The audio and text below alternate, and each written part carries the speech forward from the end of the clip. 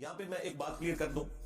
بیت المقدس کے حوالے سے ہم بڑے جذباتی بھی ہو جاتے ہیں، اور اکثر آپ نے ایک مت سنی ہوگی کہ ہمارا قبلہ اول ہے. وہ بیت المقدس ہمارا قبلہ اول نہیں ہے. ہمارا قبلہ اول خانہ کعبہ شریف ہی ہے، کیونکہ ابراہیمی قبلہ ہے. سورہ آل عمران میں اللہ تعالیٰ نے واضح فرمایا کہ پہلا گھر جو لوگوں کی عبادت کے لیے بنایا گیا وہ ہے جو شہر بکہ میں ہے. یہ مکہ کی دو پروننسیشن ہے، مکہ اور بکہ، میم سے بھی اور با سے بھی. جس طرح آپ کے پڑوسی ملک انڈیا میں بامبے بھی بولا جاتا ہے، ممبئی بھی بولا جاتا ہے، با اور میم. یہاں پہ بھی بکہ اور مکہ. تو قرآن پاک نے بالکل واضح بتایا کہ پہلا گھر جو بنایا گیا نا وہ ہے جو مکہ کے اندر ہے. تو شروع کا قبلہ ہے. اور ظاہر پہلا گھر کب بنا؟ جب آدم علیہ السلام دنیا میں آئے. وہ بعد میں پھر اس کی بنیادیں جب گم ہو گئیں تو سورۃ الحج میں آتا ہے کہ اللہ تعالیٰ نے ابراہیم علیہ السلام کے لیے وہ بنیادیں ظاہر کی، اور پھر انہوں نے دوبارہ سے خانہ کعبہ شریف کی تعمیر کی. اور ابراہیم علیہ السلام جب تھے اس وقت نہ جوز تھے نہ کرسچنز تھے. یہ تو بعد میں ان کی اولاد میں ڈویژن ہوئی ہے نا ساری. تو ابراہیم علیہ السلام کا قبلہ کون سا ہوا؟ خانہ کعبہ. تو ہمارا قبلہ اول کیا ہوا؟ خانہ کعبہ شریف. اچھا، ایک حدیث بخاری مسلم دونوں میں موجود ہے جو اس سے سپورٹیو ہے. بخاری و مسلم دونوں میں حدیث ہے کہ ابو ذر غفاری رضی اللہ تعالیٰ عنہ کہتے ہیں میں نے نبی علیہ السلام سے پوچھا کہ دنیا میں سب سے پہلے کون سی مسجد بنائی گئی عبادت کی جگہ؟ تو آپ صلی اللہ علیہ وآلہ وسلم نے فرمایا کہ بیت اللہ شریف جو خانہ کعبہ شریف ہے. پھر انہوں نے پوچھا اس کے بعد، تو انہوں نے فرمایا کہ مسجد اقصی، مسجد ایلیا، بیت المقدس. وہ کہتے ہیں میں نے عرض کیا کہ ان دونوں کے درمیان کتنا فرق ہے؟ تو نبی علیہ السلام نے فرمایا 40 سال کا فرق ہے. 40 سال بعد یہ بیت المقدس بنائی گئی. لیکن قبلہ یہ بنی اسرائیل کے لیے بنا تھا حضرت ابراہیم علیہ السلام کے بعد. اسی وجہ سے بخاری مسلم دونوں میں آتا ہے کہ نبی علیہ السلام نے 17 مہینے تک جب مدینہ شریف گئے ہیں تو آپ نے بیت المقدس کی طرف رخ کر کے نماز پڑھی ہے، تاکہ جو وہاں پہ یہودی بات تھے وہ اس اعتبار سے کوئی مسلمانوں کو ٹریٹ نہ کریں کہ یہ کوئی الگ سے مذہب ہے. یہ بتانے کے لیے بھی ہم بھی موسیٰ علیہ السلام کے ماننے والے ہیں، ایک کامن ٹرم کے طور پر. لیکن نبی علیہ السلام کی خواہش یہ تھی کہ یہ ڈیسیژن جو ہے وہ ریورس کیا جائے بیت اللہ شریف کی طرف. اور پھر سورہ البقرہ میں آیا کہ اے محبوب صلی اللہ علیہ وآلہ وسلم، ہم آپ کا بار بار چہرہ اقدس جو ہے آسمان کی طرف اٹھانا دیکھ رہے ہیں، ان قریب ہم آپ کو اسی قبلے کی طرف پھیر دیں گے جو آپ کی خواہش ہے. اور پھر ساتھ ہی حکم آیا کہ اپنے رخ کو آپ پھیر لیں. وہ مسجد قبلتین آج بھی مدینہ شریف میں موجود ہے. اب مدینہ شریف کی لوکیشن ایک ایسی لوکیشن ہے کہ بالکل 180 ڈگری ہے بیت المقدس اور بیت اللہ شریف. تو نماز کے دوران حکم آیا اور یہ قبلہ چینج ہوا.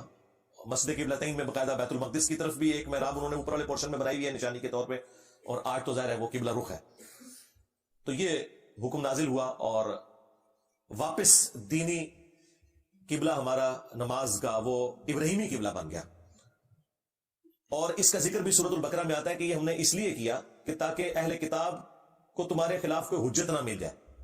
کیونکہ اہل کتاب جو تھے جیوز، وہ آپس میں جب ملتے تھے تو وہ چیما گوئیاں کرتے تھے کہ اگر یہ ابراہیمی ہوتا تو بیت اللہ کی طرف منہ کر کے نماز پڑھتا. اس کا مطلب ہے یہ ابراہیمی نہیں ہے. اب نبی علیہ السلام کیوں کر رہے تھے؟ اللہ تعالیٰ کی وحی کے ذریعے تھا کہ آپ نے کامن ٹرم پہ رہنا ہے. اچھا، جب وہ قبلہ چینج ہوا، ابراہیمی ہو گیا، تو پھر انہوں نے بہانہ کیا کہ دیکھو اس نے تو قبلہ ہی بدل لیا اپنا. اور پھر اللہ نے قرآن میں کہا کہ ان قریب بیوقوف لوگ کہیں گے کہ قبلہ کس نے بدل دیا، آٹا گوندیا ہلدی کیوں ہے.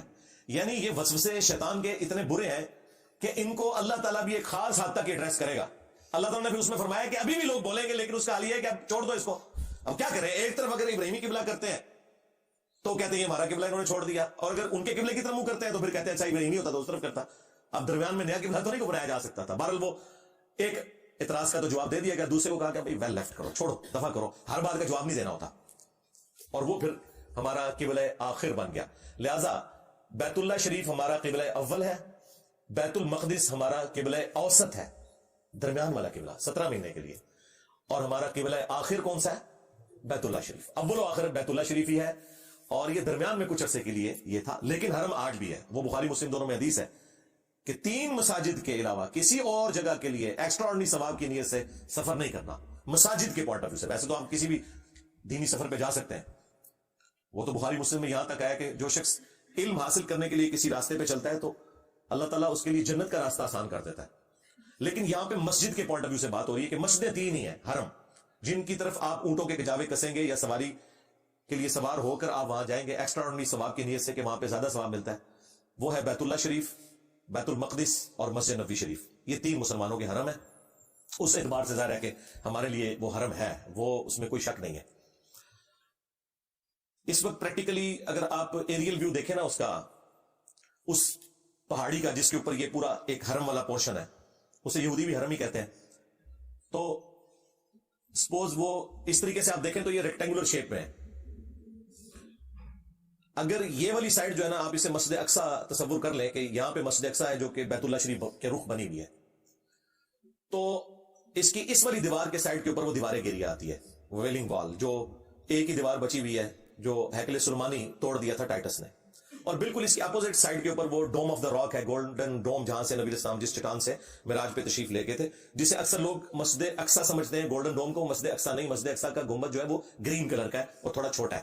انشاءاللہ تصویر میں اٹیچ کر دوں گا بعد میں ویڈیوز میں بھی، کہ وہ آپ کو پتہ چل جائے کہ مسجد اقصی کون سی ہے، ویلنگ وال کس جگہ کے اوپر ہے، اور جو ڈوم آف دا راک ہے، قبۃ الصخرہ، جو چٹان کے اوپر بنا ہوا گنبد ہے. تو اب یہ جگہ سب کے لیے ظاہر ہے متبرک ہے، کرسچنس کے لیے بھی ظاہر ہے. جیسس کرائسٹ کی والدہ بھی اسی بیت المقدس کے اندر عبادت کر رہی تھی، اور اللہ تعالیٰ نے ان کی طرف فرشتہ بھیجا، اس لیے وہ سب کے لیے ایک متبرک جگہ ہے.